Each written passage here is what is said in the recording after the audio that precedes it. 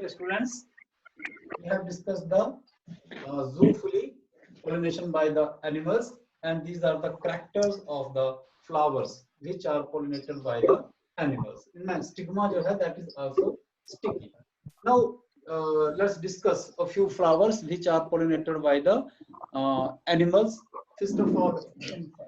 Pollination by the insect is known as entomophily.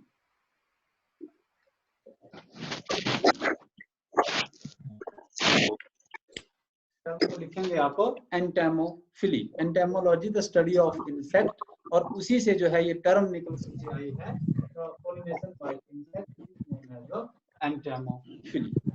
Now let's discuss as per your NCERT book, let's discuss a few plants which are pollinated by insect. So first of all, Amorphophallus.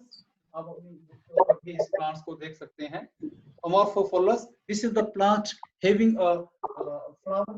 इस plant का जो flower होता है,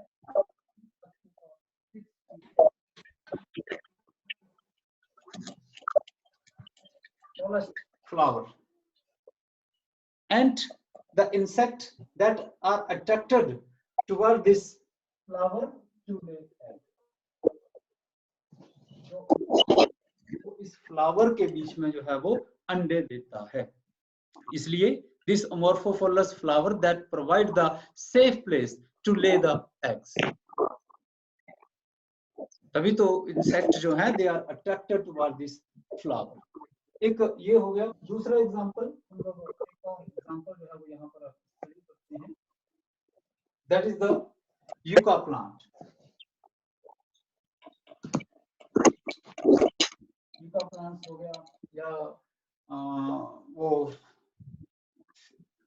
the flower belongs to the fig family. आप लोगों ने अंजीर खाए होंगे, वो अंजीर के बीच में भी पॉलिनेशन जो है वो इंसेक्ट के द्वारा ही होती है. हम लोग यहाँ पर यूका प्लांट को जो है वो स्टडी करते हैं.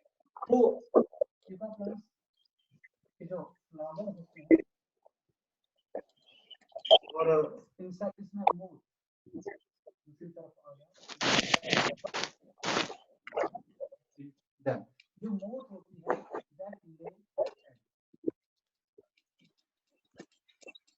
वो इन फ्लावर के बीच में अंडे देती है, और उसके बदले में फ्लावर को जो है क्या मिलता है, पॉलिनेशन, क्रॉस पॉलिनेशन. ठीक, मैं आपको यहाँ पर जो है वो एक थोड़ा सा डायग्राम बना करके इस चीज को समझाता हूँ.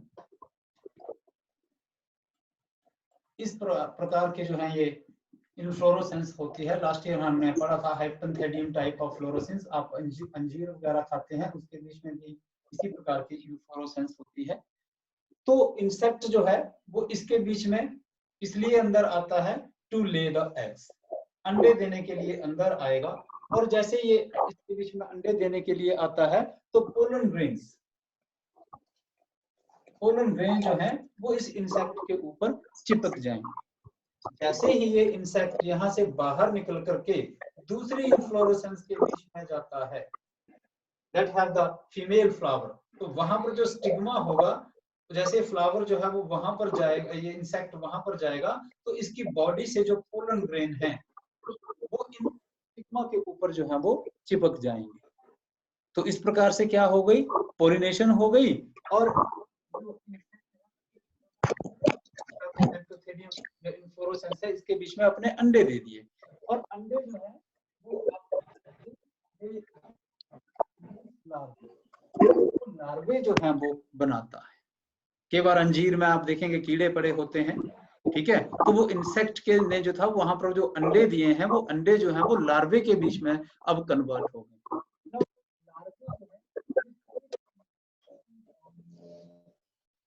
लार्वे जैसे बड़े होने लगते हैं तो इस प्लांट के सीड के ऊपर जो है वो फीड करते हैं. ओके, एंड कुछ एक सीड्स को वो खा लेते हैं, एंड द रिमेनिंग सीड, जो ऐसा नहीं होगा कि सारे के सारे सीड ही जो है they are consumed by the larvae, तब तो प्लांट को कोई फायदा ही नहीं हुआ, है ना. तो जो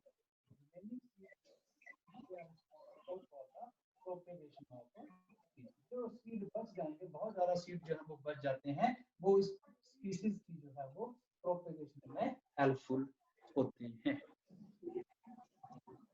आगे वर्षन में ओके क्या होगा कि यूका प्लांट के जो फ्लावर हैं, जो इंसेक्ट है वो उसकी पॉलिनेशन के लिए हेल्पफुल है। तो एक किस्म की ये सिम्बोटिक एसोसिएशन हो गई, compulsory association, this is compulsory for both of them, otherwise ये ना तो प्लांट ना तो ये मोथ जिंदा रह पाएगा अगर इनके बीच में ये रिलेशनशिप ना हो, क्योंकि दोनों का लाइफ साइकिल जो है वो खत्म हो जा रहा है एक दूसरे के बिना।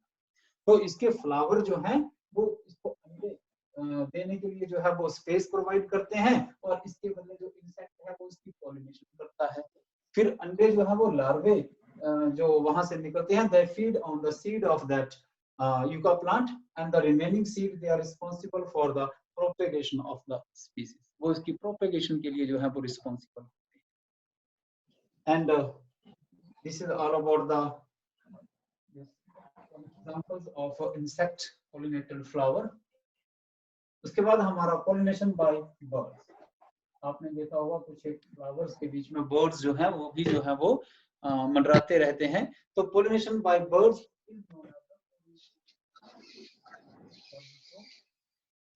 फैक्टर जो है वो सभी के सेम रहेंगे। एंड पॉलिनेशन बाय बैट्स, अब रात को कुछ एक जो बर्ड्स होते हैं जैसे बैट होते हैं वो जो है वो फ्लावर्स के पास आते हैं, तो pollination by the bat is known as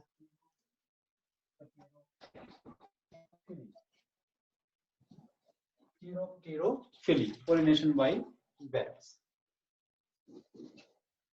So this is all about the various kinds of agents of pollination.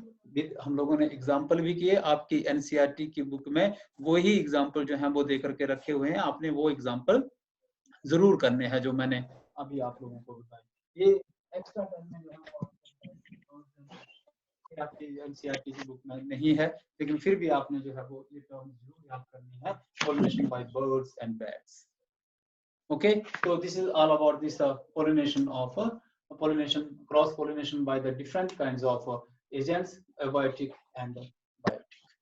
Okay, this is done. We are going to close the today's meeting. अब कल मिलेंगे।